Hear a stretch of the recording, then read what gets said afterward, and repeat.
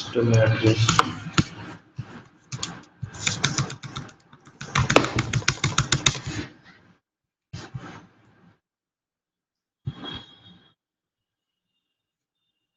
Okay. So yesterday we started with stacks. Yeah. You got the solution with the last problem. Yes, I also went and tried it. Yeah. So I was able to do it. I tried for multiple use cases which I could think of. We'll discuss that problem as well. So let's start with that solution to that problem only. Yeah. So the problem statement was that we were doing yesterday is that we were given with some string which is having opening and closing braces only, and we wanted to get maximum substring valid parenthesis substring. So in a way that I wanted to get something like if this is the case, like this.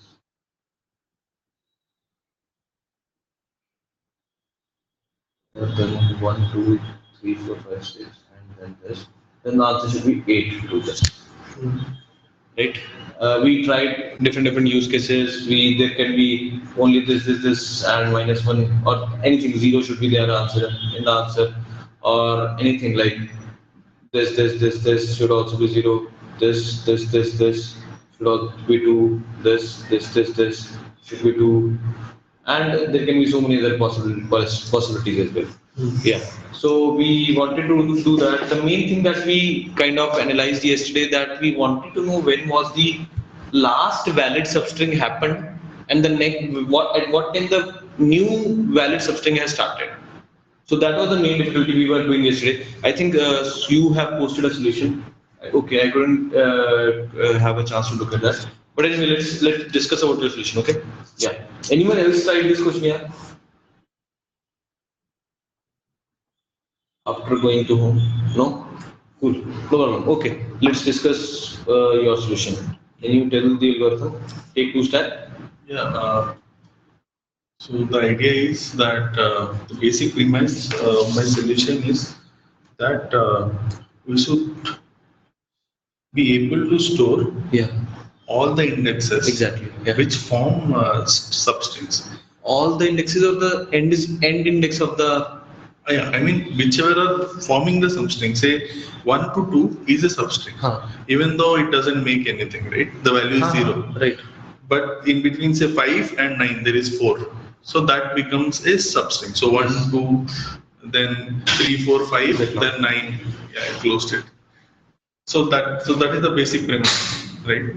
So the main reason we need stack is we need the main reason we need stack is that we have to store the previous information. Yeah, exactly. The problem that we were facing yesterday was that we are not able to find out whether this going ahead, the part of the substring is actually valid or not. Right. So we have to store it somewhere so that later on you can utilize it or pop it out of stack to see whether it matches a full length substring. Cool. So the idea is that every time you find an opening bracket, you push.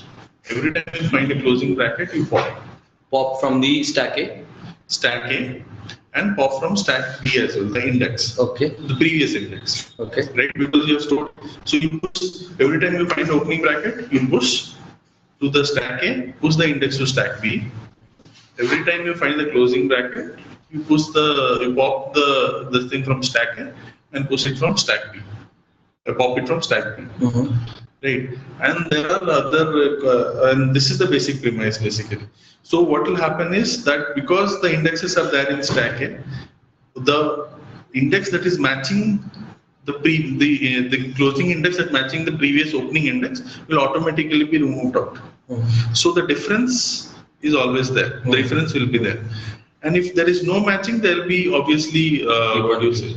Yeah, there will be one after one. The difference will be one. So that is the basic. Okay. So let's take some example and then work it out, right? Okay. So you want me to write your algorithm, or I have already posted maybe. Okay. Okay. We'll go through the use case simply. Okay. So I posted use cases also there. Okay. Awesome. So let's take that use cases only. This one. Sorry. This is 1, 2, 3, and this. Okay, the answer to this should be 8. Yeah. Okay, so let's take 2 stack, this and this, and initially both stacks are empty, right? Yeah. Or you want to push? Okay, so Minus one. Yeah. exactly where To index. the index tag. Yes, that's the main key, right? So looks like we both solutions are there. Okay, so I pushed this, right? So what he's saying is, I'll write down the algorithm as well. If ARR of I equal to closing bracket push stack A. Okay, push into stack A. That is what I did. Okay. Else, if ARR of I equal to what closing bracket, then If stack is empty, then invalid index. then we'll do something. Let's say now this comes. What should I do? You should pop out. I should pop from stack A first of all. Yeah, and pop from stack B as Pop stack A. Pop stack B. Yeah. What else? Anything else? Do you want to store any? What will be the result? Result. Answer. No. At the end of it, I'll also store the length in the stack. So let's say only this was the input. Then what you should have done? You will store 2, right? Length is 2. So where you will store? You are In that stack. Stack B, I'll store 2. Stack B, you will store 2. Yeah, at the end of it, once the loop is over, I'll store the length. Which loop is over? Loop will For this for loop. This For will one be for loop, iteration. right? For one iteration. for complete. Yeah. Okay, so you okay. Let me see. So you are not keeping it, right? Okay. So you will store the index of ARR of I. You mean to say? Nothing else. If it matches, I'll store nothing. So let's say this closing brace occurs. Now what are you doing? You pop from stack. This stack and this stack is gone. That's it. That's it. Okay. Now this opening comes and then gone, and then this comes. This is gone, Yeah. and this stack is empty. Yeah. Nothing. So complete. What will be the answer? No, that's what. Finally, you'll store the length of the stack. Which length of the stack? Length of the stack is what? See, but now it becomes invalid, right? The fifth one becomes invalid now. This one. Yeah. How Which is did you invalid. figure it out? But why? Because stack is empty. Okay, so that is what I'm saying. So when this comes and when this comes, now stack is empty. Now what will it do? Now I'll push the 5. Push 5 into this. Yeah. That's the key. So if ARR of I equal to this, now before pop from stack A and pop from stack B, yes. Before that, you should. If it is empty. the Yeah, condition- before that. If stack B empty, Yeah. stack B empty or stack A empty, Stack A empty. then push Index. stack B I, Right. right? So you pushed 5 over here. Now this comes, this goes to here. Now this comes, this goes to here. You have to This goes store no. You have to store the index also, right? All of them. not required. Where should I store? One more stack? Yeah, here only. Keep on storing here. Okay, 5, then 6, 7, 6, 7, 8. Okay. Okay, now this comes, Pop. he popped it out, and this 8 is popped out, right? This goes, this goes, this goes, this goes. Now what did now again this comes, he stored, I think 9. 9 or 9, No, 10, no. 11, 12. 12 you Yeah, stored. 12. 12, and then this goes, you stored, this is gone, Yeah. right? Then finally you store the length. After this is over, you store the length of that. Now why will you store length? Because you need to find difference from 5 to So your answer is 12? no, it's store 13. So length is 12, right? No, I don't know what's the length. 13, let's say. 13. So yeah, so one valid substring is -1 to 5, and another is 5 to 13. So there are 2 valid substrings. 5 to 13. Okay. So whichever is greater, and say there are 4 or 5, how many? Whichever is greatest, you take that. Okay, understood. Yeah. So it is actually correct. So rather than storing this, you store the differences. My solution is also similar. Yeah, so he's right actually in a way. What he's trying to do is, let's try to understand what exactly the basic point of what he's trying to do.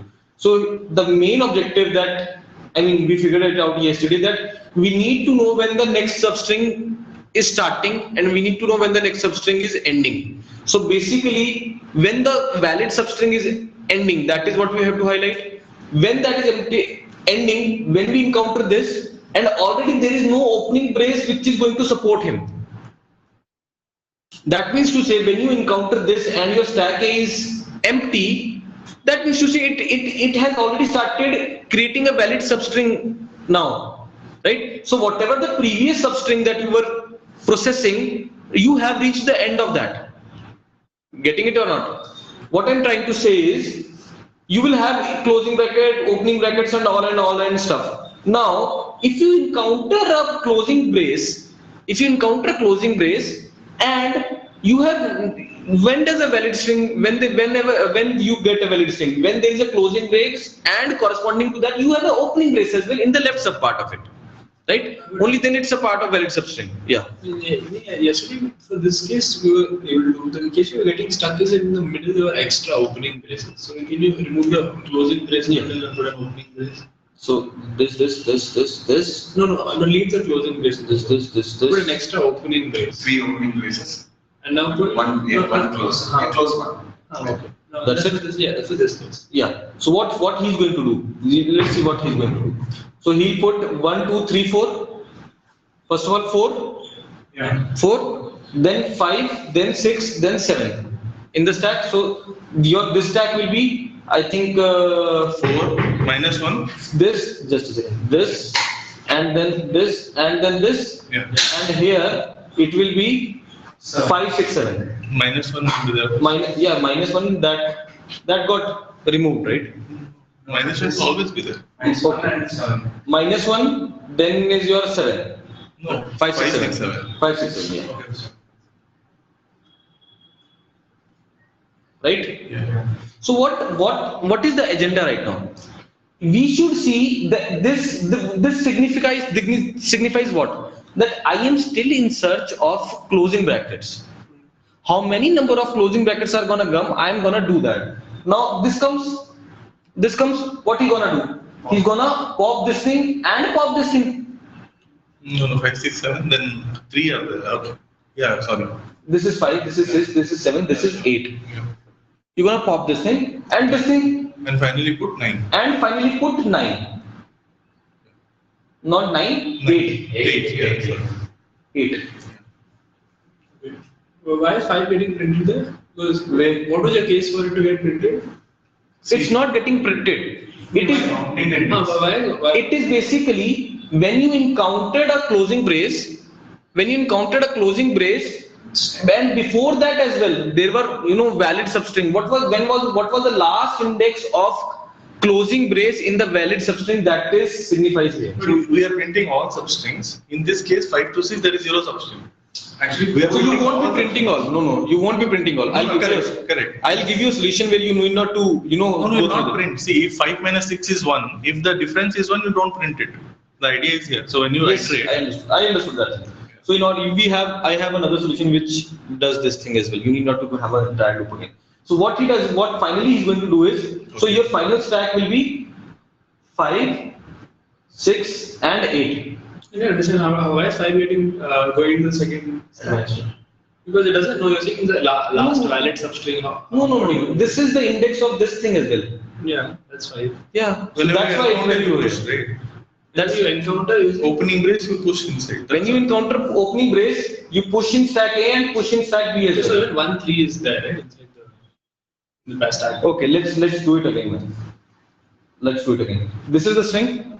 Yeah, I got that, but by that reason, shouldn't even 1 and 3 be there in stack B? Yeah. They are popped out. They were popped out. I'll show you. They were popped out. I just took that as an fast forward. So initially -1 was here, okay, and here nothing is there. So this comes and this has entered 1, okay, or 0. Let's say 0. Better is 0. Okay, then this comes. This comes this, right? Now whenever this thing comes, you are going to remove from here and remove from here as well. Remove from here and stack is still not empty. And stack is still not empty. So what you are going to do? 1. You are going to print 1 over, you are going to insert 1 over here as well.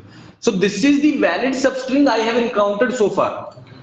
This signifies what? Now this thing will come, what will go over here? No, I don't insert anything. Only insert 1. I didn't insert anything. No one, nothing. Yeah, nothing. Anyway, that's, we are still in search of all those things, right? So basically now next time when you encounter this and the stack is empty, then you will insert. So it's the breaking point. You're never encountering that when stack is empty.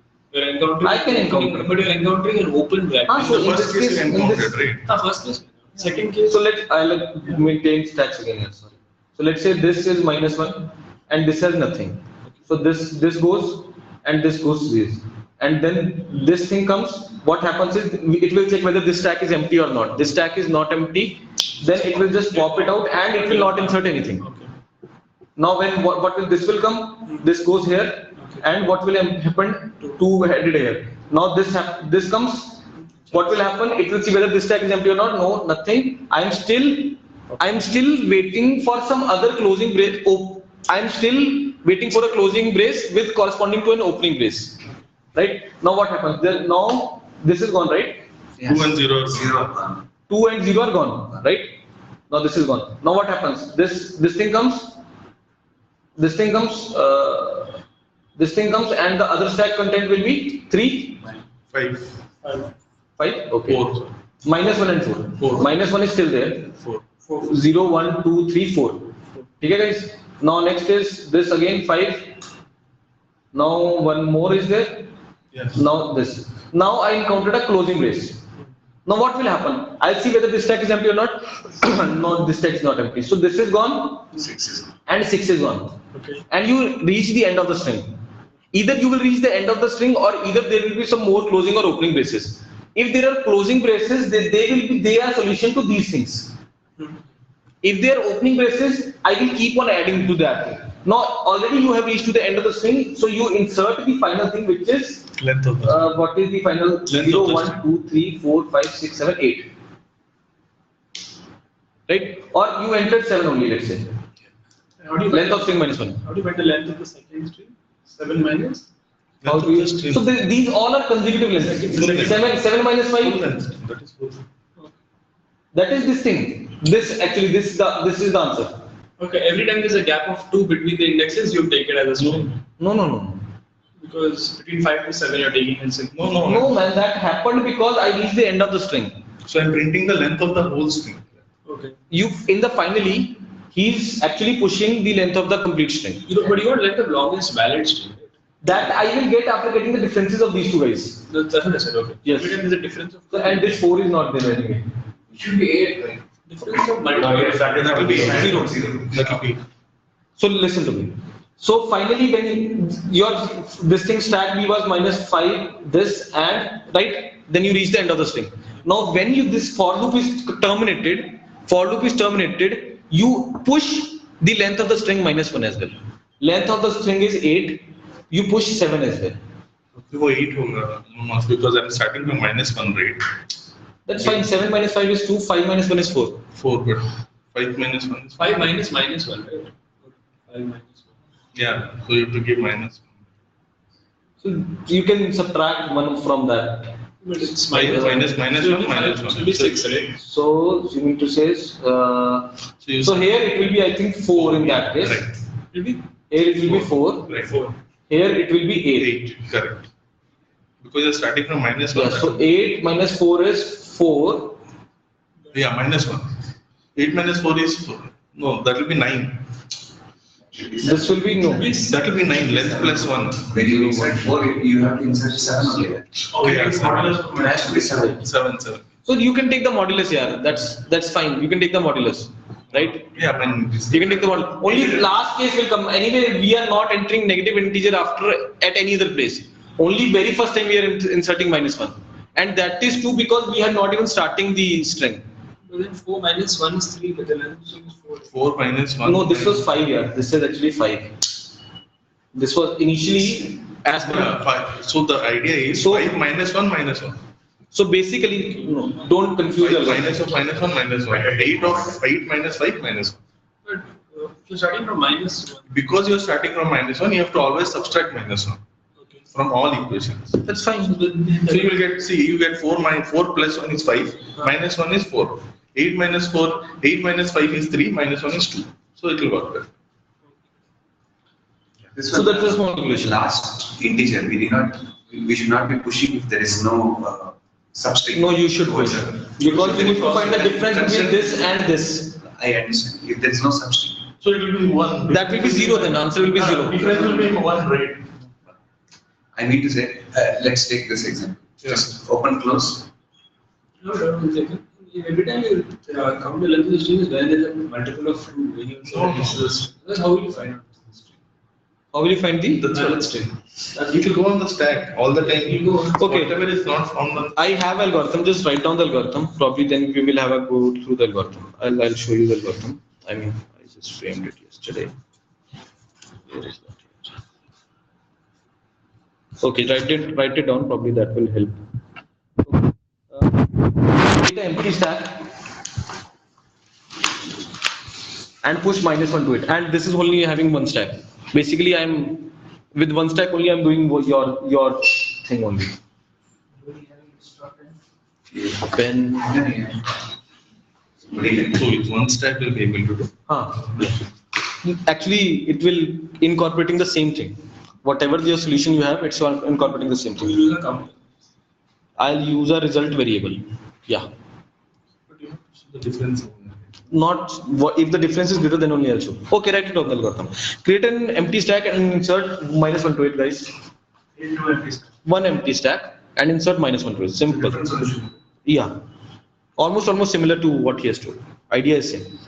Okay, now create a variable and let's say call it as final result and initialize to 0. What is happening to this? Initialize the result to 0. Cool. Now third step. If the character is opening brace, push into the stack. Push the index I to the stack. Why I am only pushing this thing? Because anyway I need to know corresponding to this what time I'll be finding the closing bracket. Step 4, right? Now if you encounter a closing bracket,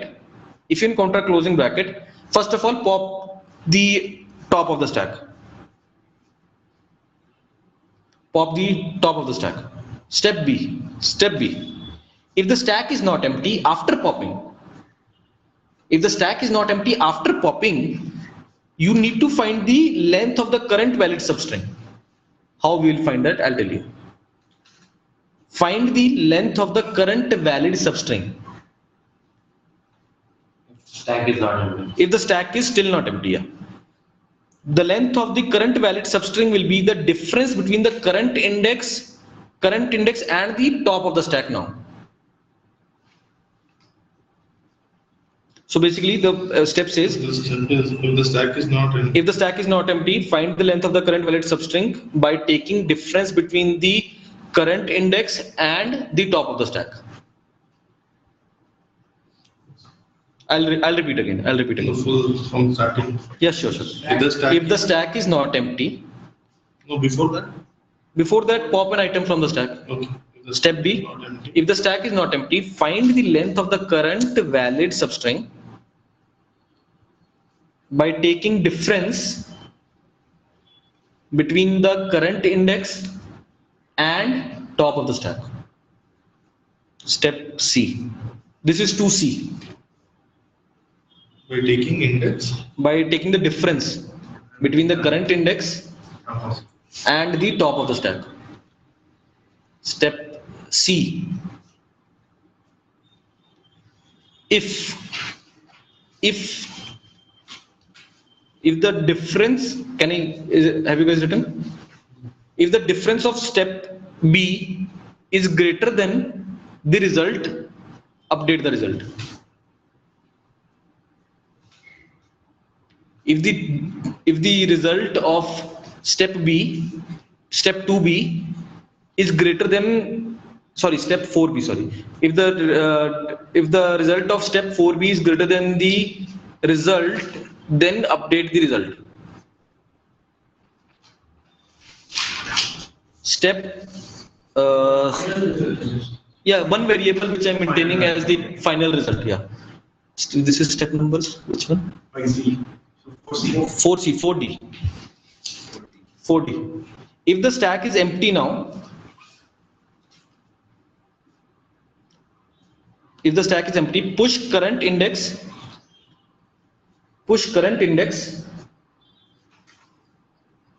as the base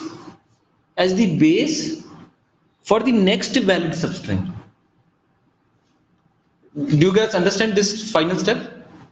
Why I am doing so? Because you have encountered a closing brace and already the stack is empty. That means to say whatever the opening braces were there in the left side has already been gone, and this closing bracket will form the starting of the next valid substring.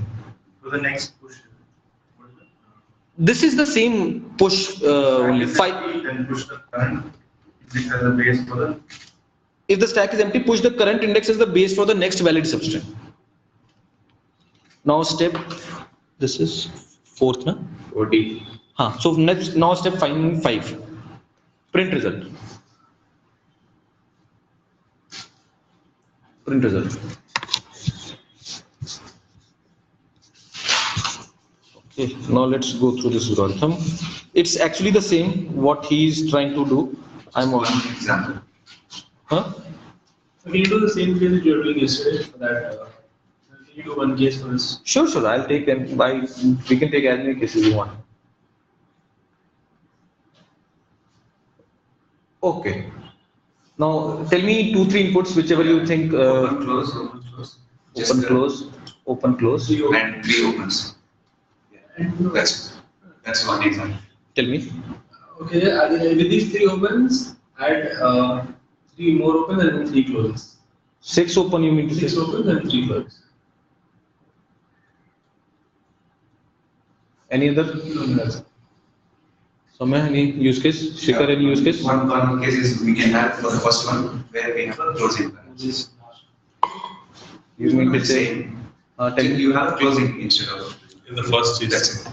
Any other use case? Anyone wants to do? Second one, like, add at the last.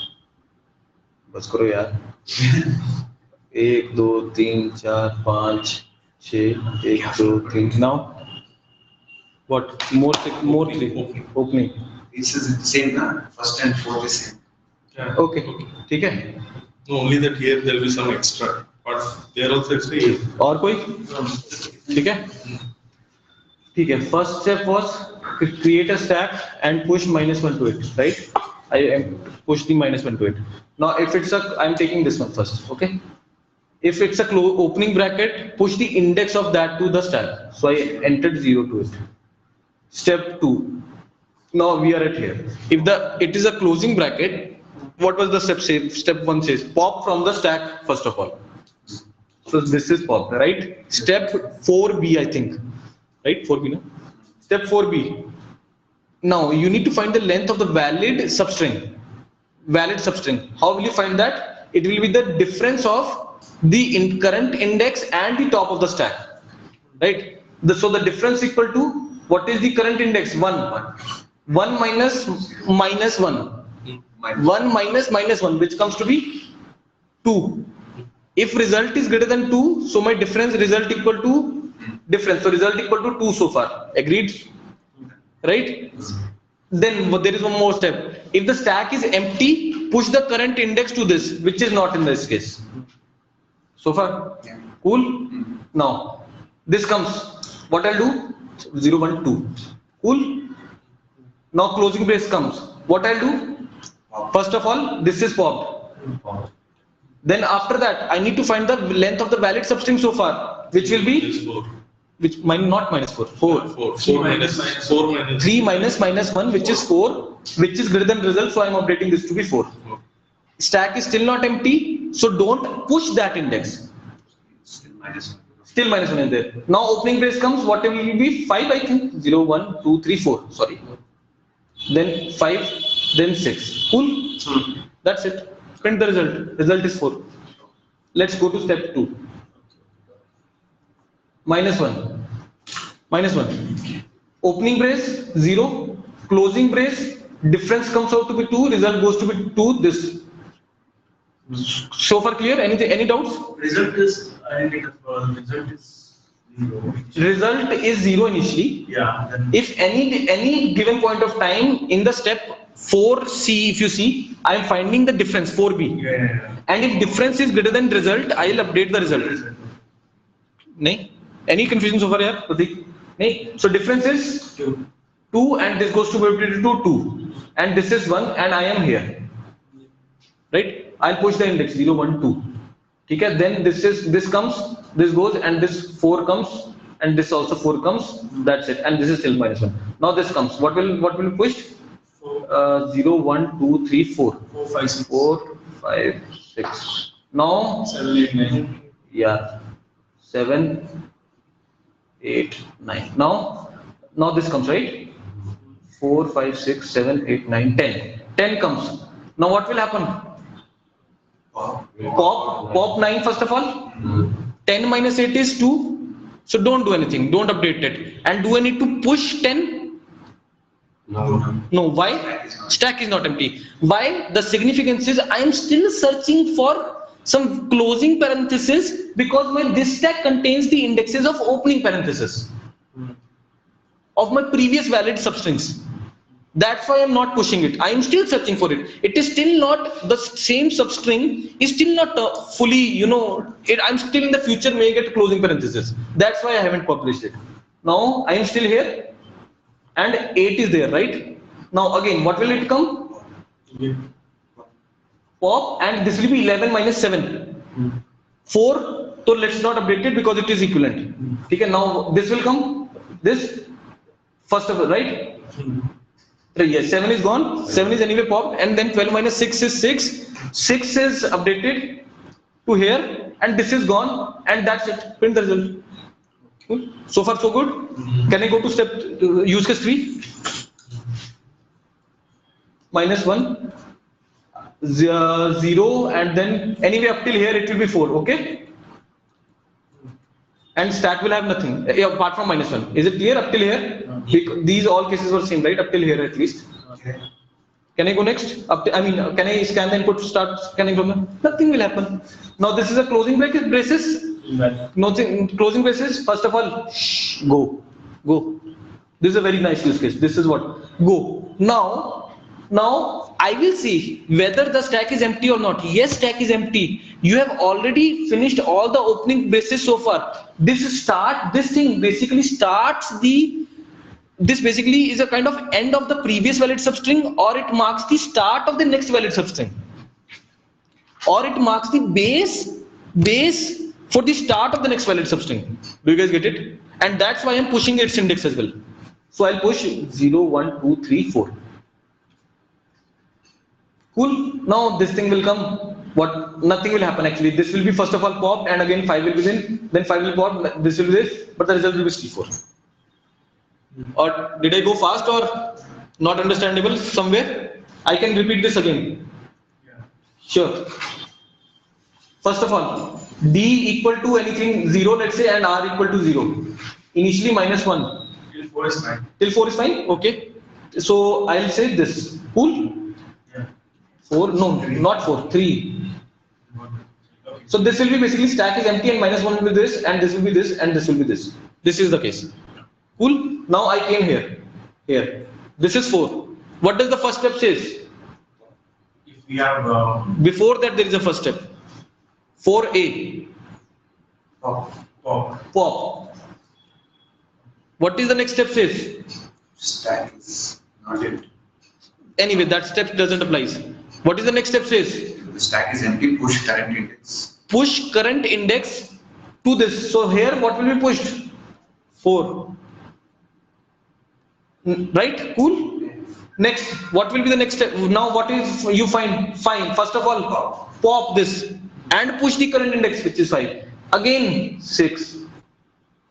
And the result is still 4, which is fine. Not clear, Karthik?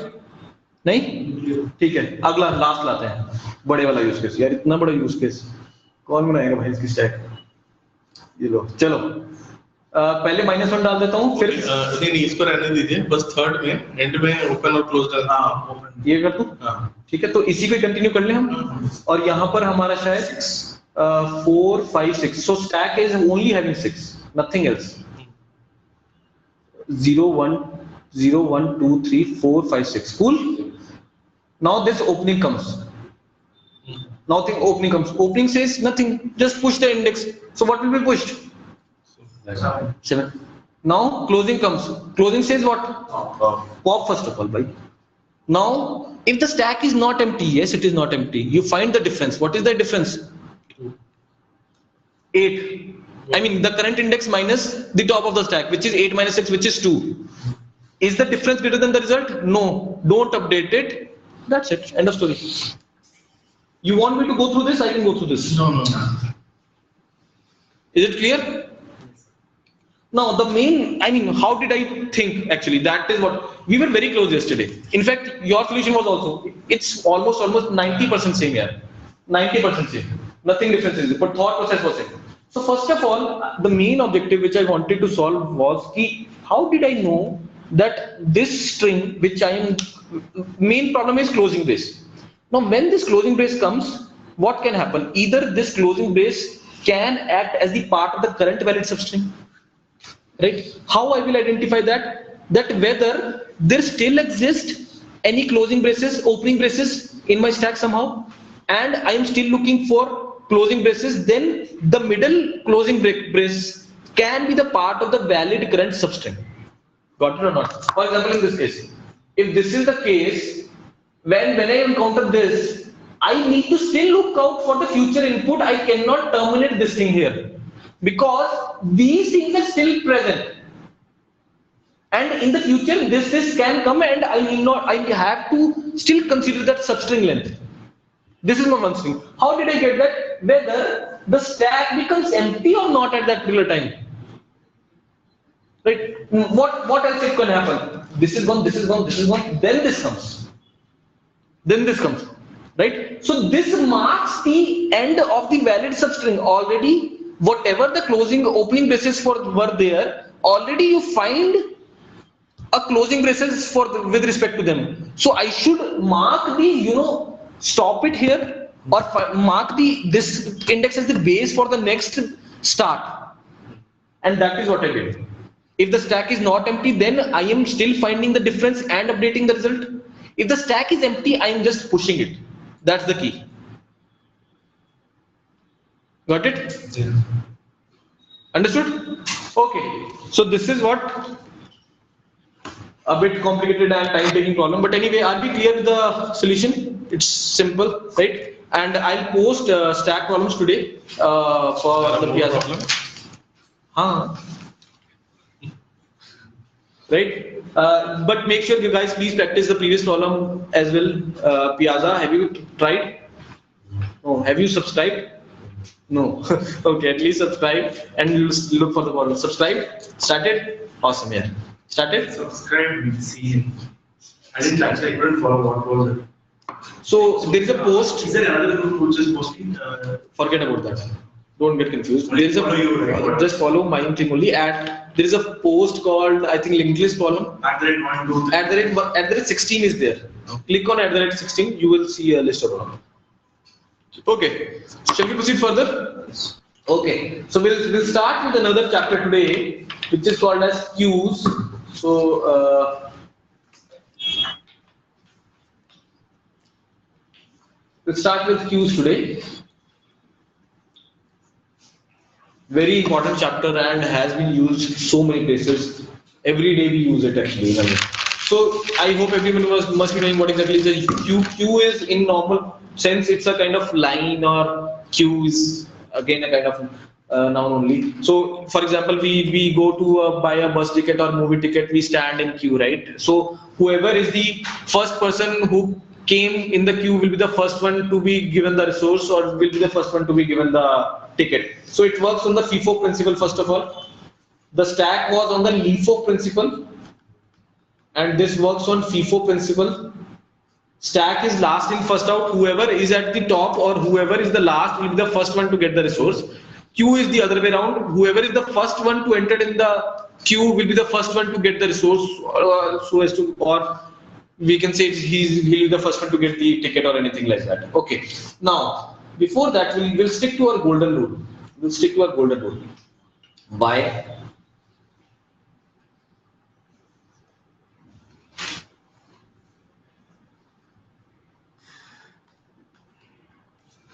Why, where, how, what? Right? Again, the same set of problems we asked why before studying any other infrastructure. Why we need queue? Why queue came into picture? Why somebody invented this data structure called queue? In order to do that, let's try to see where exactly is the practical application of queues. Because before the invention of the queues, that problem must have been a problem. And in order to solve that problem, the queue came into picture, and that is what the answer for the why of the queues, right? So can anyone tell me where exactly the queue used there? In your programs or in your wherever in your companies or anywhere? Message queues, awesome. Publisher, subscriber, kind of. Awesome. Publisher, subscriber, publishers, or yeah.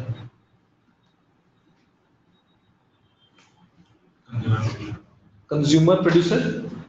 Not exactly, but You never know, right? That might be any. Let's say it's a simplistic. Same with publisher, subscriber also can be any. Yeah. That's fine. Yeah. So anyway, this is a kind of another. These all are design problems only. But let's make it very simple. That so any other thing. So same like resource allocation, right? CPU usage, right? Whoever is asked, let's say there is no interrupt or any other process. All processes are of the same priority. If I open Word at the first page, CPU will be given to Word only, and then if I go to browser, CPU will be given to browser after the Word. Let's take it a very simple example, right? And so there can be so many. People have created AWS as SQS queues. If you guys are aware, simple queuing services. There are so many services, right? Which just basically takes in the some problem will or some process will come over here, and this is how he will go out, and this is a resource,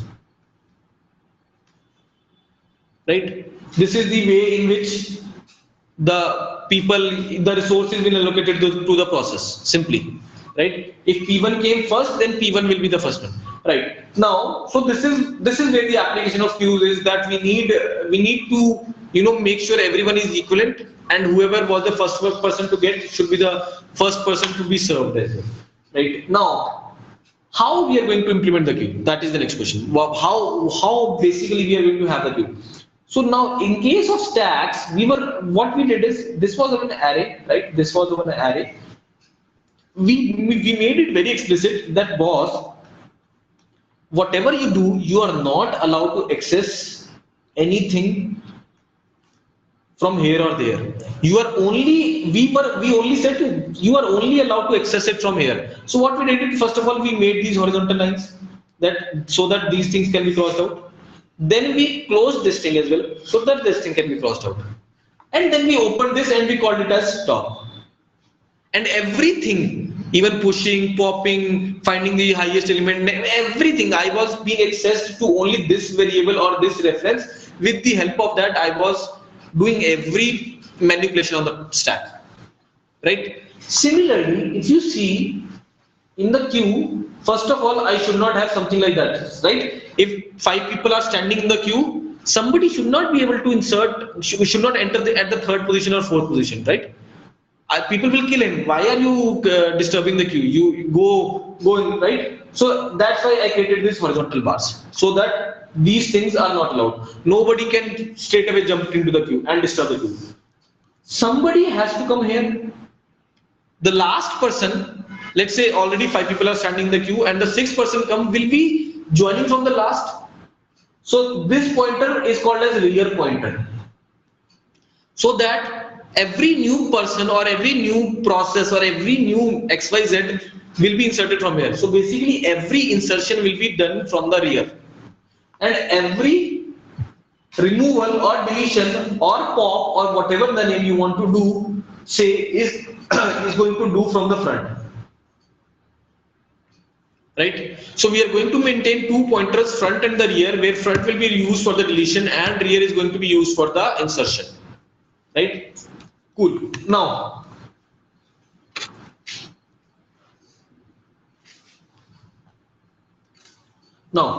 moving forward, now what we need to do is that how I'm going to have this particular thing, that how I'm going to basically, insert or delete. In the case of stack, the insertion was called as pushed. Here it is called as NQ. NQ means increasing the queues or appending the queue or whatever. Deletion in this case is called as DQ. Right? So my NQ operation, if you see, is gonna touch my rear pointer, is gonna play with my rear pointer, and my DQ operation is gonna play with my front pointer. Right? And over there in the stack, my push and pop both were playing with the same pointer, which was called as the top. But here, both these operations will be playing with the different pointers.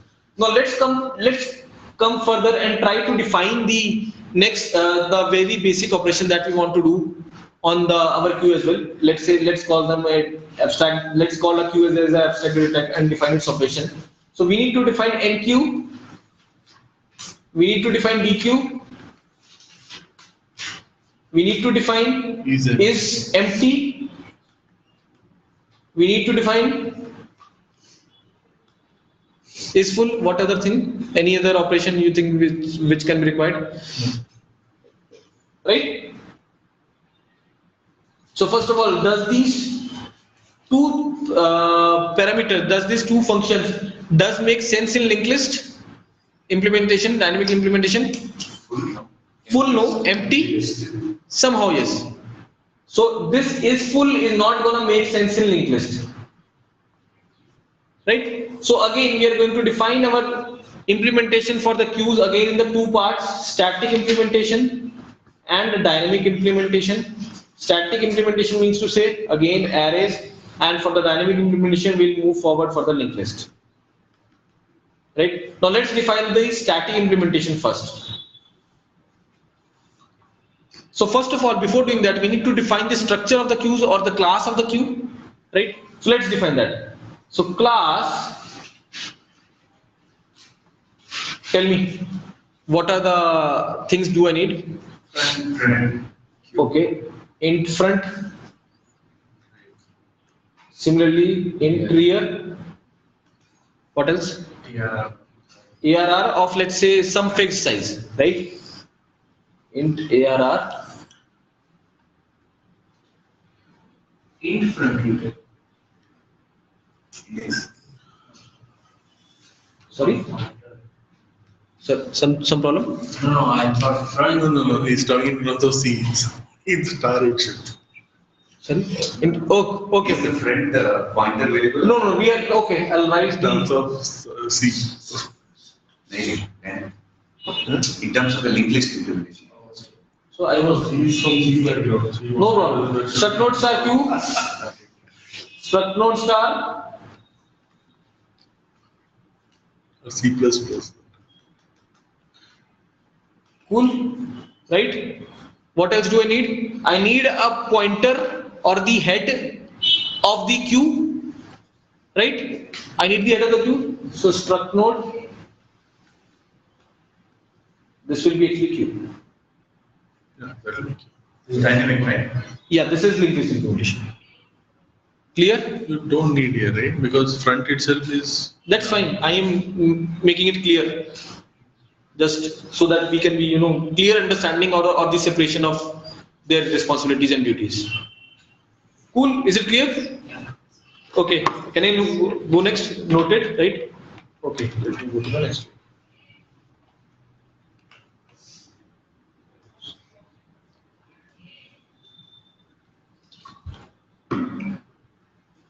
Okay, now next thing. So let's define the array implementation first for the anything. Is Q full or is Q empty? Where do you initialize this?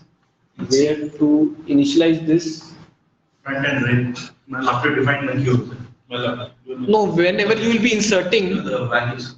for the very first time, they all will be, let's say, -1.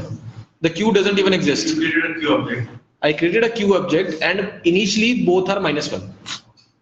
That means to say Q, actually there is no element in the Q. Q exists, but there is no element in the Q. When I'll insert the first element, I'll move front to 0 and I'll also move rear to 0, because that time as well both will be at the same position. So we'll see. But initially my int ARR that I told, let's say this is this. My question was usually in C++ Java, I think they initialize B. So it will be initialized, right? So ARR will be giving you 100 if you see, and 100 is the base address of this. There'll be. And everything is -1, -1. Index. Everything is -1, -1. Front equal to -1, give it explicitly. Rear equal to -1. That will be Initially. index. Ah, Front rear will be index. So yeah, 0, and so far nothing is there. Okay. No element. Yeah. I haven't even pushed any, enqueued any element. It's just very starting phase. You haven't called your enqueue operation even once. Cool?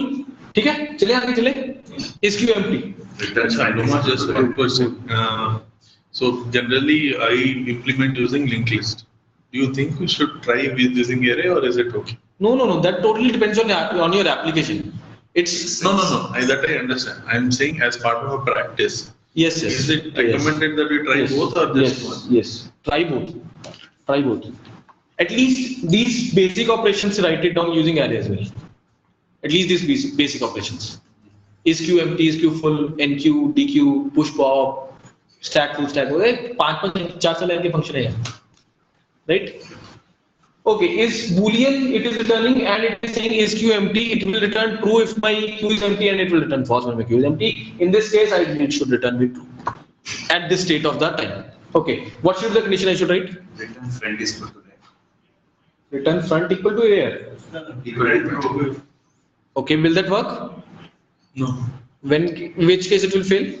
In case. one element. When there is one element. At that case, front will also be at 0, rear will also be at 0. Right? Basically, Q empty means to say, when will I be asking Q empty? When I'll be popping out or I'll be dequeuing out. DQ will happen from which side? Yes. Front side, yeah. Front. DQ will happen from the front side. Oh, front, yeah. DQ will happen from the front side. So no need to touch the rear. I mean, why should I bother about rear? So return front is less than 0 or equal to -1, whatever. That's it. It will return true or false accordingly. Cool, simple. Similarly, bool is Q full. Return rear is greater than or equal to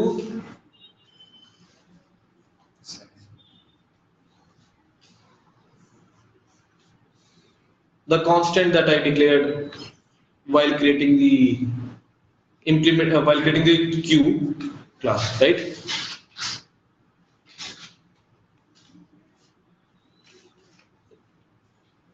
Cool. Okay. Now let's go to your NQ.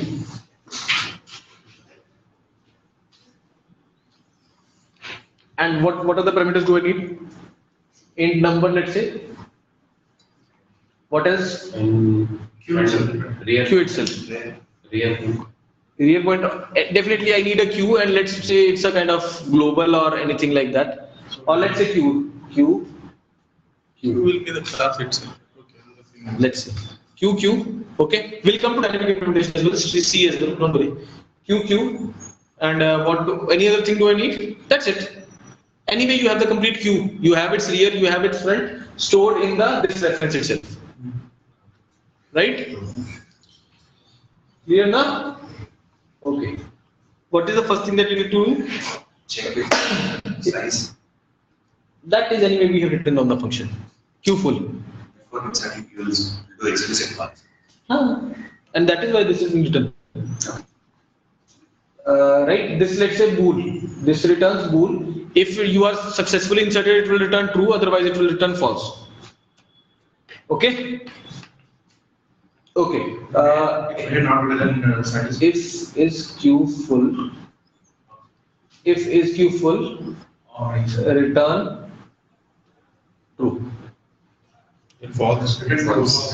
Sorry, return false. Cool. Else. That means to say, my rear is at the last element, right? So Q dot ARR of plus rear equal to N, return true.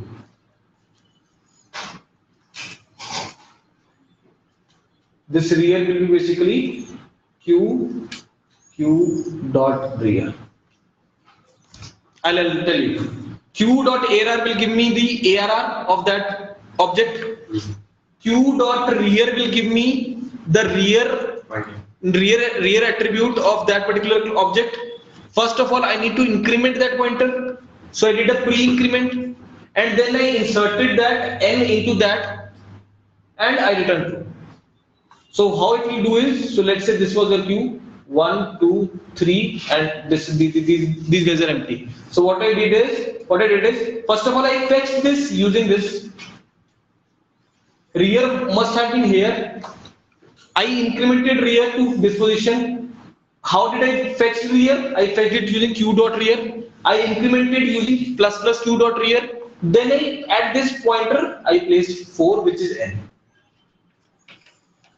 And return true. Right? Any doubts? Simple, na? Fine. Let's go next. Okay, DQ. DQ means to say bool again. No. Or not. Return the value. Right. Int DQ. What are the parameters do I need? Q. That's it. Tell me. Q is empty. If is empty, Q return -1. Okay. -1. My consumer should know if I'm returning -1. That doesn't mean the -1 is present in the queue. It should mean that Q is some value. empty, Some invalid. right? Yeah. Or I can throw exception or whatever. Okay. Now else, what should I do? I need to DQ it. Yeah. So Return Q dot ARR first of all. yeah. Q dot ARR of what? Q dot front minus Q. Q dot front. Many minus No, why -1 is current only we introduce. उसके बाद कम होना है. Okay. After that we have Right? Is it clear or not, Karthik? Nahi? Q dot front. So first of all, it will do Q dot front first, and then it will do. So okay, forget about this. After this, it will do decrement.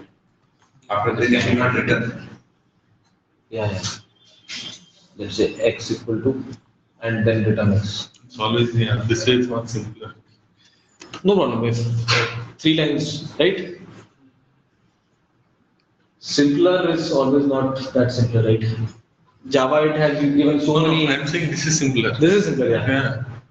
So I was working on a project, and there was a principal engineer who has wrote down the code for that, and the complete project was like full of Java 8 streams, Lambda, everything. The code base was given to me, and I went to it. I didn't understand a single of.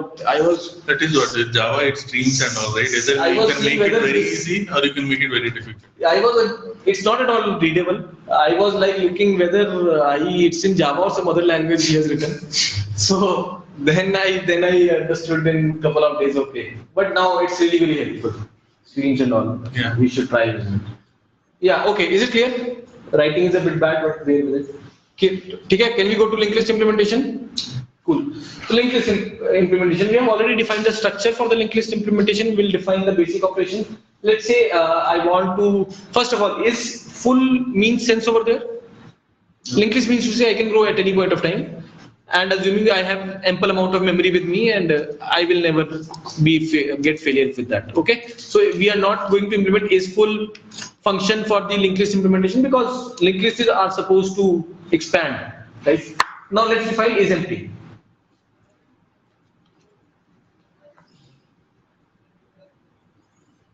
Bool is empty. What do I need? Parameter. Struct node star q. Q.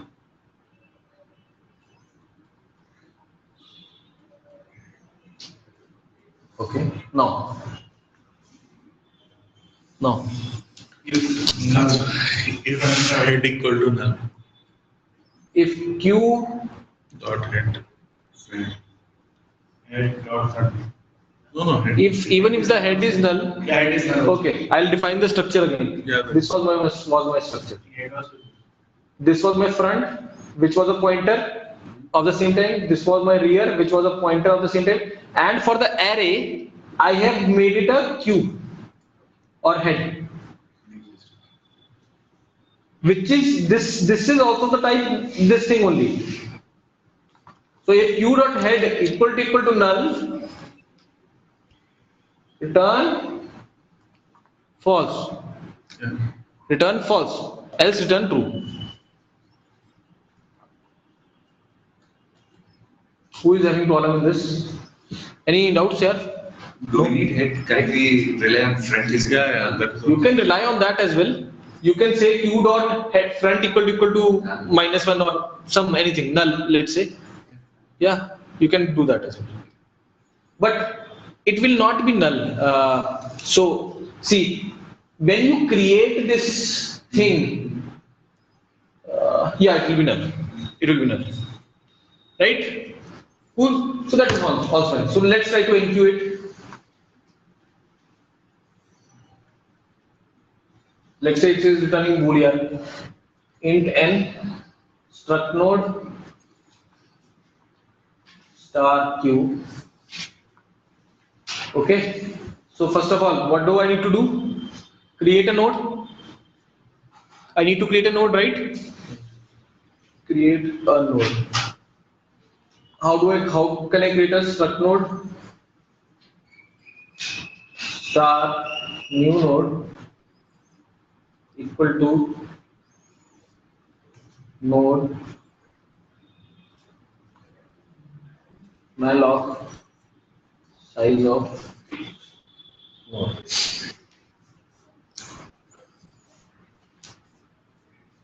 Okay, the syntax for in creating a new node which is of the type node in C. Okay, new node dot what? what did we can queue? Very good. We have No, something is wrong. No, We have This should be a linked list node. no, Data. Q data something we have to. Q dot next. Q dot insert at beginning, insert at end. What it should? Head, rear. Yeah, Q dot insert at beginning. No, before that you have to figure it Insert the data, no, we have to. Data. out. So this will be not be node. This should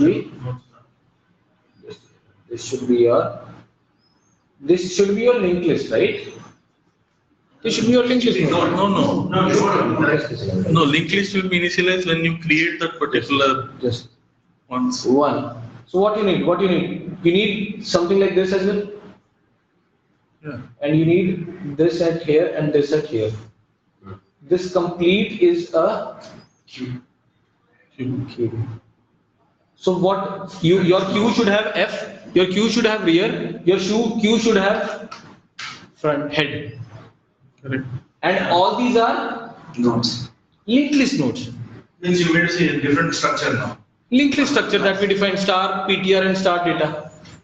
One more class. One more class, one more structure, right? So this will be what? This is basically a star which is holding the address of the linked list type.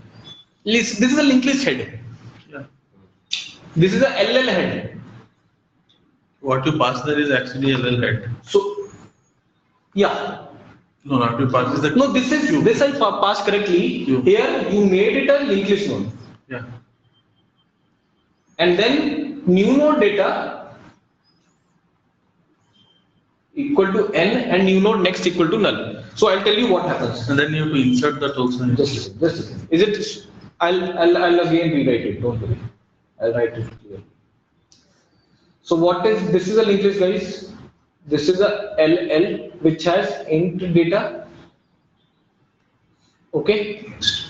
This is actually a linked list node. If you see, this is a linked list node and which has a PTR next as well, which is also of the type this thing as well, right? And cool. Now this is a queue which has front. You can say it to be a pointer of type node, a rear of type a head. Yeah, in this case, yeah. You don't need head actually. You don't need it. Sorry, You don't need head actually. that's just separating. I'm just to make it more clear or understandable. You don't need head. That's fine. I agree that you don't need head, but okay. Let's say this front is doing the job. Just for simplicity and making it understandable. Okay. Now what we did is we did enqueue. What will we pass? What we will be passing? We'll be passing a point this Q. this, right? And data. Okay. First of all, what will I do? I'll create a new node, which will be of type what? Exactly. Then new node data equal to what? Data. New node next equal to what? So abhi ke liye null. We'll attach it. Okay? So something like this is happening. 1, 2. Instead of this, you can use the linked list interface itself, right? Saying inserted and inserted beginning. Yeah. You can do that directly. What we have already created. This must be the situation so far, right? And this is my 4, right? But I'll tell you why I will not use it. Just give me a minute. Okay. This is my new node. Cool. What I need to do is q dot rear dot equal to what? Exactly. And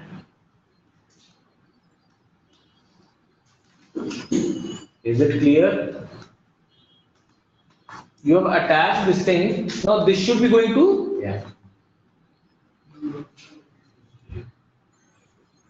no. New node dot next. You don't need. New node that I already made. That will be null. Okay, we're not maintaining linked list. Okay, got it. Now we have to. What is the use of next year then? Next year. We're supposed to attach these two elements. Where are we attached? Here. Okay. This was the initial case. 1, 2, 3. Okay. This is my R. This was null. This is my new node. This is null. I have to attach these two ways. I fetched q dot rear and I get this one. Then I fetch his next. I got this one. Here I attach this thing from this line. And anyway, and this pointer also now need to go to here. So q dot rear equal to new node. That is why I did. Karthik, ठीक है? हाँ यार. Don't ask me please. Again. Okay, so the question which Soumya has asked that can we use directly the linked list interfaces like insert at insert at beginning and insert at end, something like that, or delete from start or delete from beginning, those kind of things for the NQ and DQ? The answer to that is no. Why? I will tell you. Because insert at beginning, what were we were passing? We were passing only head and data. And what I was doing, I was just reversing passing data. Anyway, head was available to me, no? Yeah. Head was available to me, no? That function, head was available to me. I'll go till last and then I'll attach. The complexity for that was n. my push, pop, NQ, DQ, they should be in order of 1, and that's why we are maintaining one more pointer front and rear, so that I can have a direct access to the last node. I can double literally. linked list. That's a different story. Okay. Even if you use double linked list, then also you go from the front to back. No, I'll maintain. Okay. You will do something like this, yeah. Double linked list. You will go right. I'll maintain front and back. Double linked list. Front and back, there is front and back, yes. So you will be given with this only head, right? And you want to attach 3 to here, right? So you will go head dot back, you reached here, and then to that next you will be adding the new node, right? Yeah, the addition becomes double linked list with loop one. No. In that as well you can do it. So what he is saying is something like this sort. This must be happening, right? If I use a double linked list and this is my new node, okay, this must be given to me. I'll get it from q dot front or whatever, q dot head, whatever implementation you want to have. What you will do? You need to attach these guys. So basically, and this is actually I pointing. have to iterate only once till. Yeah. So what you will do is head dot previous dot next equal to new node. So this link is attached in that case, right? This link is attached, Yeah. right? And then what have you to do? What have you to do? You have to do this thing as well, na? Head dot. Sorry. So the idea was head dot previous equal to new node. Yeah. Head dot previous.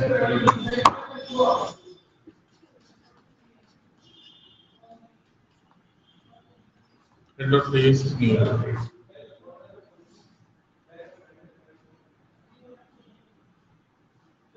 Right? So you will be doing head dot previous dot next equal to new node. With this link will be attached, right? In that New previous. node previous equal to head dot previous. Yeah. This link will be attached, right? What else you will be doing? No. Head dot previous will attach it. Okay. It's Yeah. correct actually. Yeah. Head dot previous equal to, you know, rather than going to here, this should go to, Yeah. right? Yeah. And anyway, this needs to be null, right? 4 lines. Cool. What is the previous? Sorry, What is the previous? Double it's a double linked Double list. linked list, okay. Next and previous, Q double linked list. using circular. Okay. right? Is it- Now, is it like a loop? Circular. not loop, just every time just Okay, 4 it's not statements will be there only. Even if you have 20 nodes, 1 node, 5 nodes, 6 nodes, these 4 statements will be there. No loop to order man. But more complicated, I'll say, yeah. Okay? Why to do that? Anyway, queue functionality is that only that it should have order of 1 and simply, front and rear. So singly linked list as well. Why to base additional spaces or something like that? Right? So that is what I don't want. Make it simpler, front and rear only, singly linked list. And with the rear only you will be attaching as we did in the just right now. Okay? Clear? So can we write DQ function for using Q? Are we clear on this, Pratik bhai? Okay, chalo, next. DQ.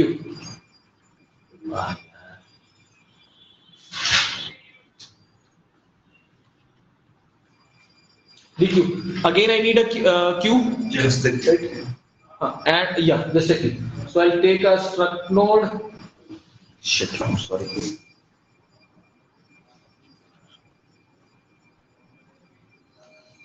DQ.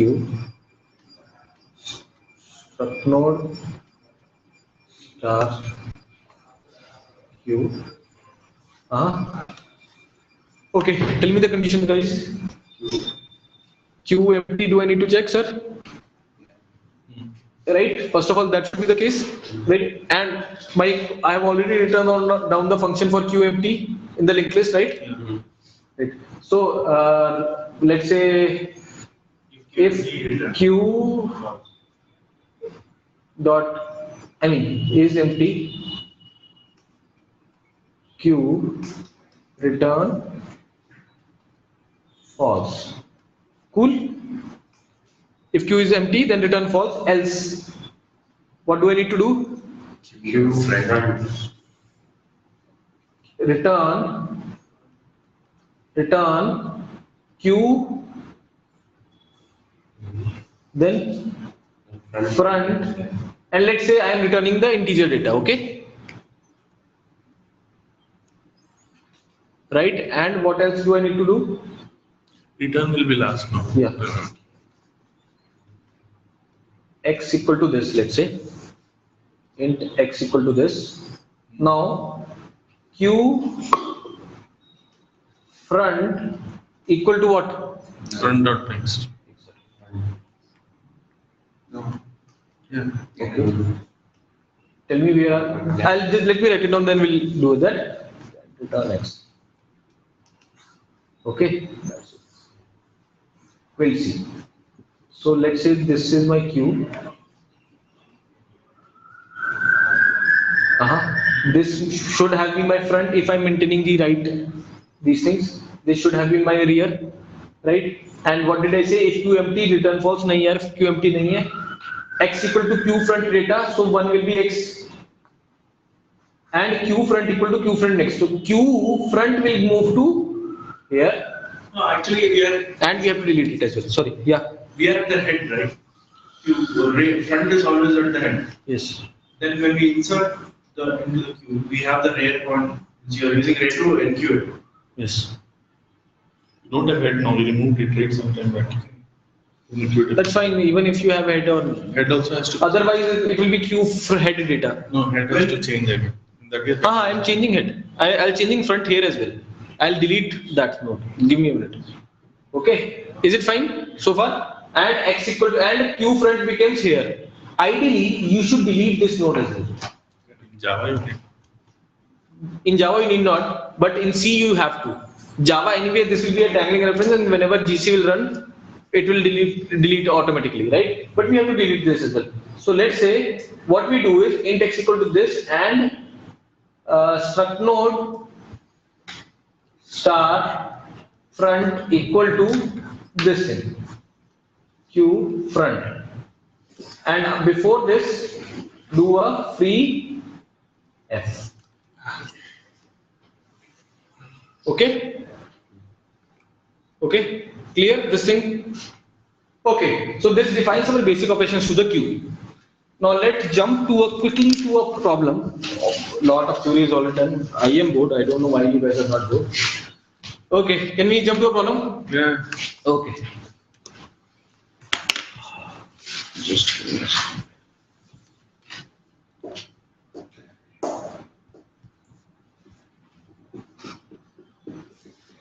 Okay, let's pause. We have our so let's do this problem.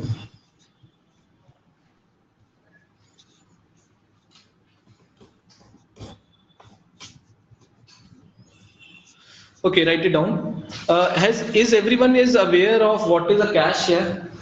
Yeah. Can anyone tell me quickly what is a cache? The basic memory where you store data. So for faster access. Temporary memory, exactly. That's I think temporary memory and basic memory where you store data. Then what's the difference between the cache and the secondary memory? They are faster. Faster.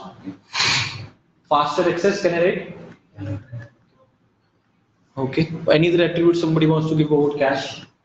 Cache validating validate. Cache. It's a queue. It's a queue. Joking. Sorry. No fair. Some any other cache attributes. Validate, invalidate. Validate. You mean to say hit and miss? Is it right? Is it what you're trying to say? yeah. If it's present in cache, it's a cache hit. It will serve from cache. If it's not present in the cache, it will serve from the main memory. We call it as a cache miss. Okay, well, let's say.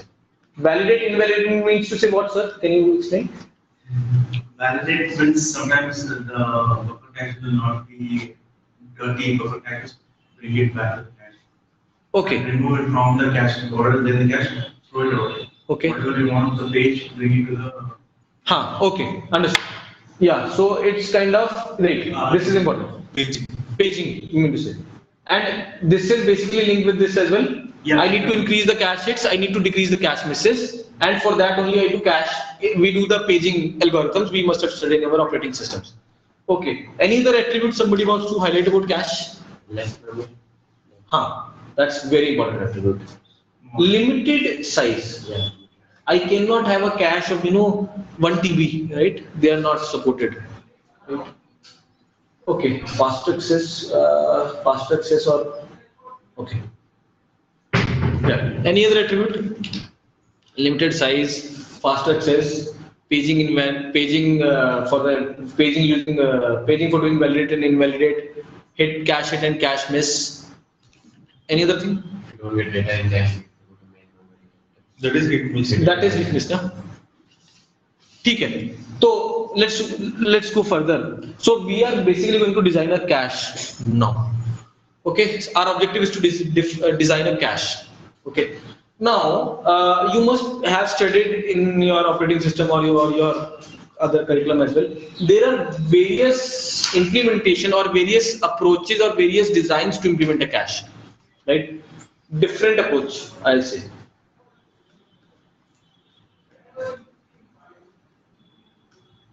Now, it's very, very important to keep only useful data in cache. If I keep a data in cache which is not at all useful for me, it doesn't make any sense for me to bring it into cache, right?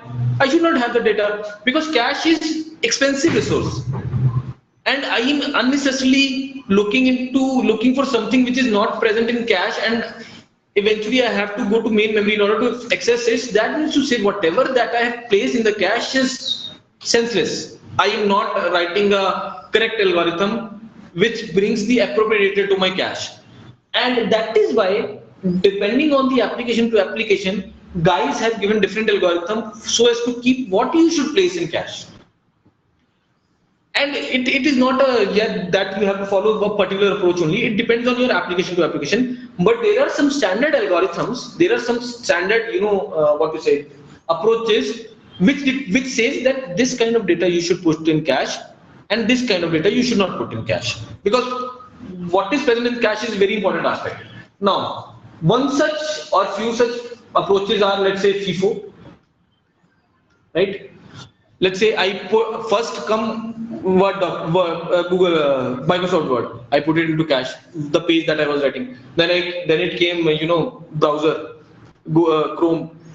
I put it into cache. Then came some PowerPoint or something. Then I put it into cache. Now let's say cache size becomes full. And again now let's say some audio junk player comes, then I'll put it into cache, removing Word now, because that was present in the initially, and that will be the first one to be removed. Okay, just like a normal queue. It's FIFO means to say queue, and that is what we are studying as well, right? Understood, right? So whichever process, so I have to make the space for the new process, right? Anyway, if let's say something like that Word, let's say browser and PowerPoint. Now, if the next request comes from the Word, it's super awesome for me. I'll simply serve it from the Word, from the cache. Comes from the browser, super awesome. If now next request comes for, let's say, audio player, or let's say VLC, I should delete something here. Now, what should we delete? FIFO says to delete Word and place it here, VLC. Deletion, insertion.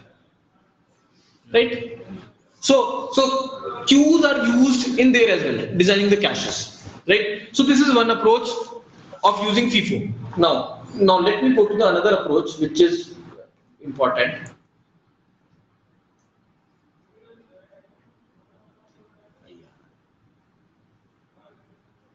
Okay. Remember? Left, right. Huh? What? Sorry? Man, it is called as least recently used. Yes, left, right का भी तो था ना ऐसे case. No, I'm not in my memory. Least recently used. So this algorithm says, or this approach says, the person who was the last one to be used should be the first one to go out. For example, if let's say we have Word, we have browser, we have PowerPoint, and let's say we have VLC. And now, if VLC comes, it should be accessed from cache. If browser comes, it should be accessed from cache. Now, let's say one more process comes of Excel. And after that, let's say after this comes, it was browser, it was Word, it was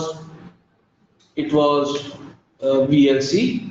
Now when Excel comes, first of all these requests comes, and then browser come, I made it from the stack, from the cache. Then Word come, I gave it from the cache. Then VLC come, I gave it from the cache.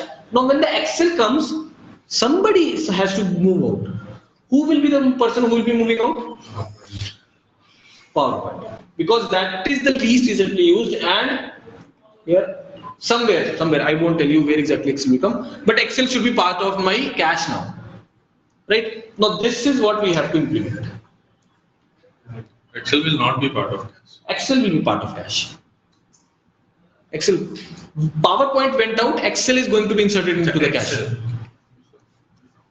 Excel is the new process which is coming, right? So understood, the process is clear to everyone, problem statement is clear to everyone. How we are going to approach that is a different story altogether, but at least we should understand first of all what is I'm going to do. Okay, so in order to just to simplify it, I'll take a few assumptions. My input is, let's say, as he said, that these are the pages which comes, right? These are actually the page numbers. Every process basically is a reference or is a page number in operating system, right? So let's say these are the page numbers: 1, 2, 3, 1, 1, 9, 8, any random, yeah. 3, 6, 2, 9, 3, 6, 6, 3, 6, 9, 4, 3, 1, 10. Doesn't talk. Input. This is one input. Other input is 1, 2, 2, 2, 1, 1, 3, 1, 4, 2, 3, 1. Take this input. The later one. 1, 2, 2, 2, 1, 1, 3, 1, 4, 2, 3, 1. Take this input, okay? And assume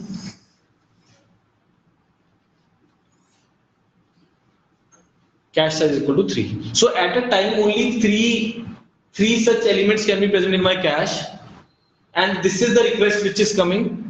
I should have a proper cache hit and I should have a proper cache miss as according to this approach. This is what we want.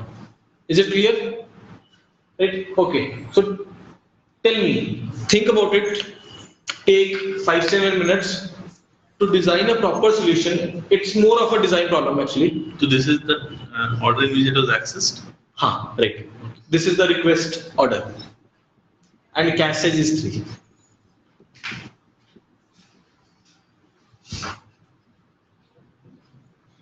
So think about it. Everyone is required to give a solution. Doesn't matter false solution, wrong solution, right solution, how much better solution. No. Everyone is supposed to give a solution. I'll ask each and everyone. Okay. So think about it.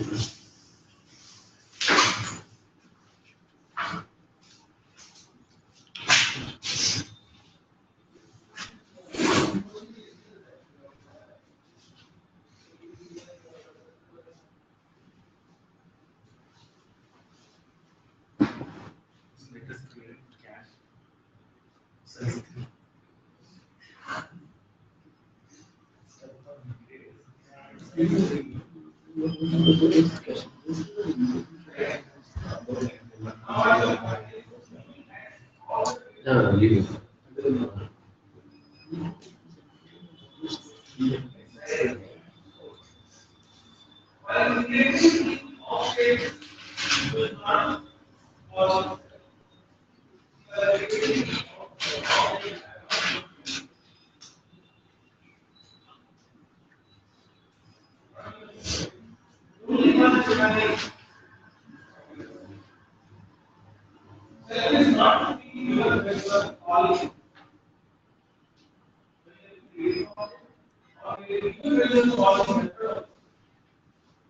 what I will suggest is create a block of 3, an array of 3. See how the request comes and how they should be accessed. Let's say 1, 2, 2 comes, then 1 should be at which position of that array or stack or whatever. 2 should be at which position, then next 2 should be at which position. If you are able to design an algorithm for that positioning, you are pretty much through. But whatever approach you are taking, keep on doing it, just a sort of help.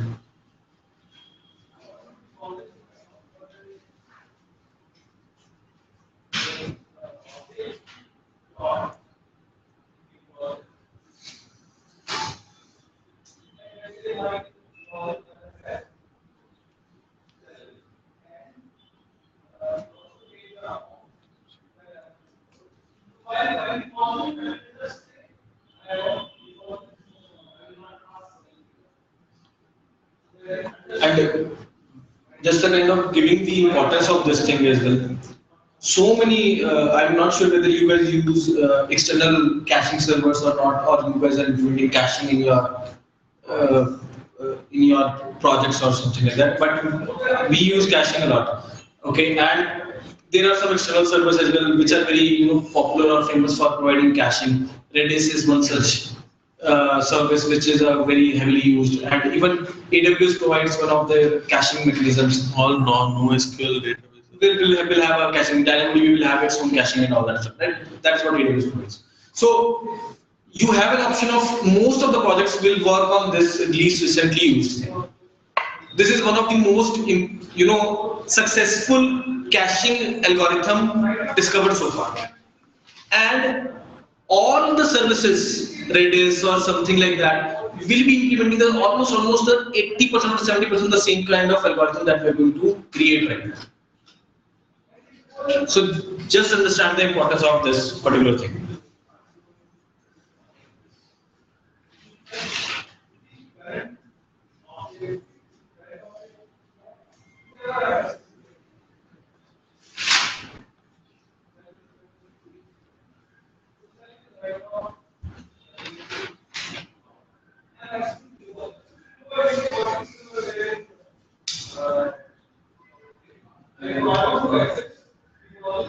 Okay, just tell me, one will come, what it will be? It will be a hit or M?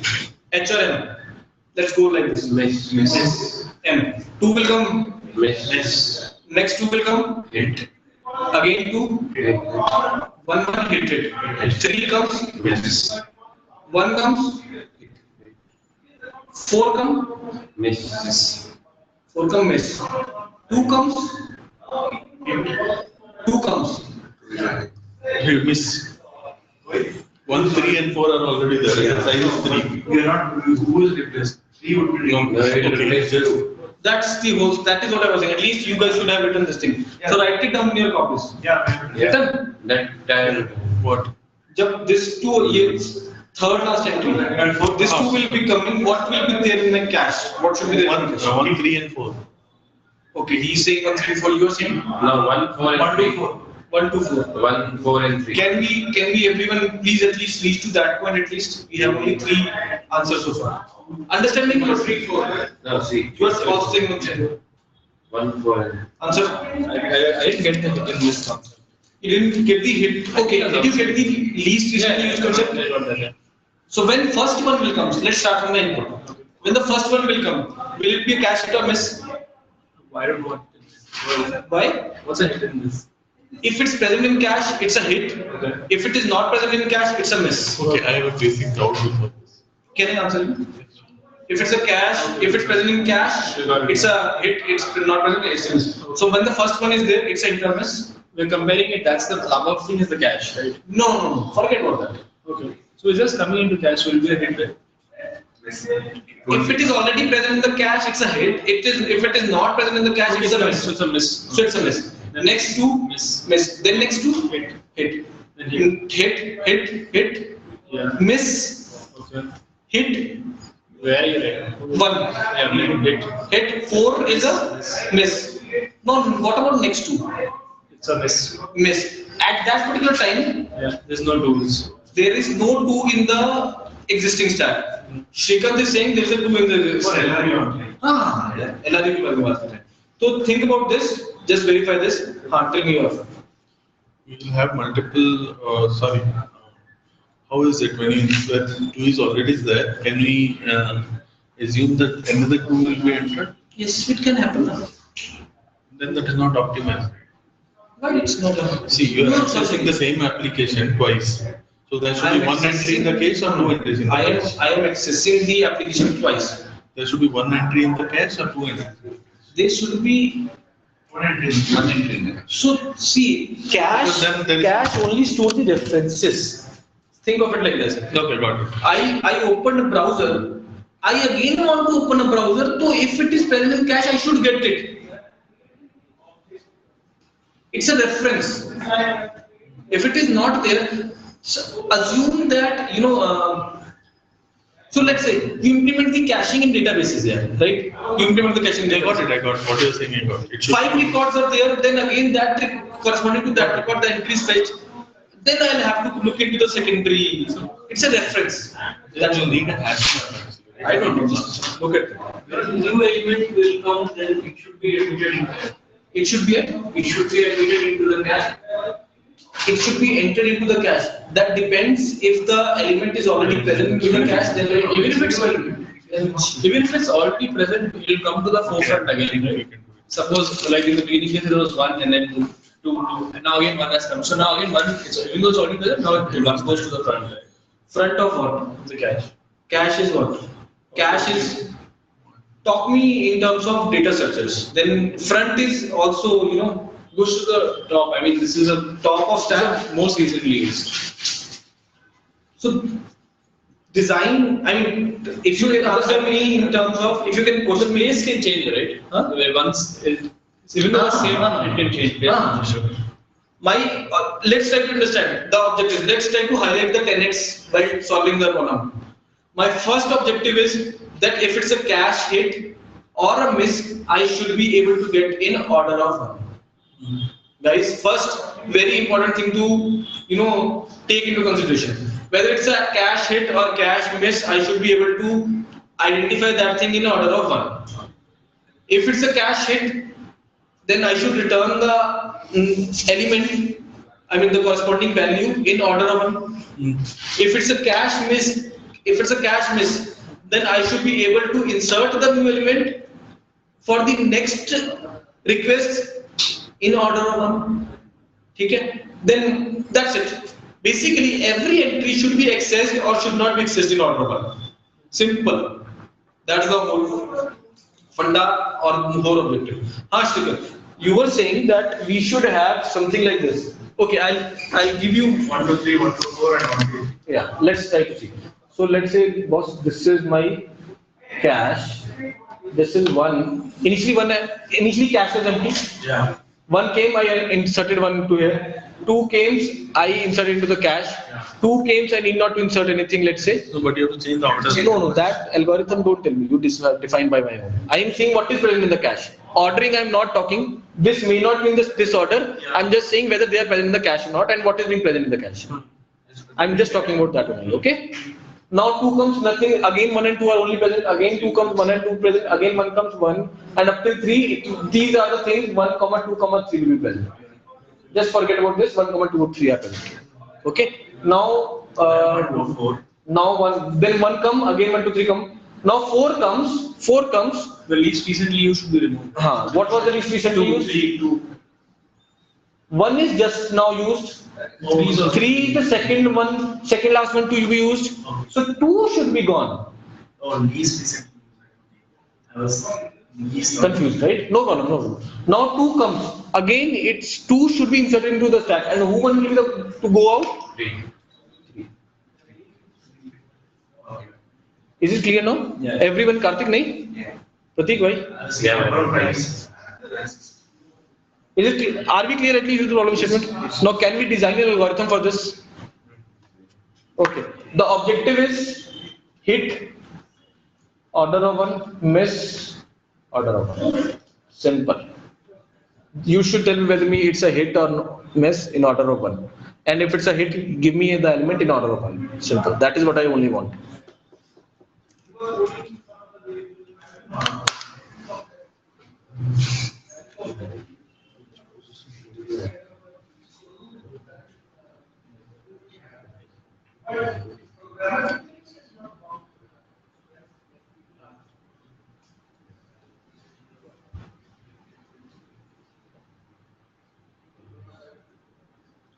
Don't worry, guys. Just think that is only what we want. Just think. Simple. And whatever we have done so far is sufficient enough to solve this problem. I can assure you that thing.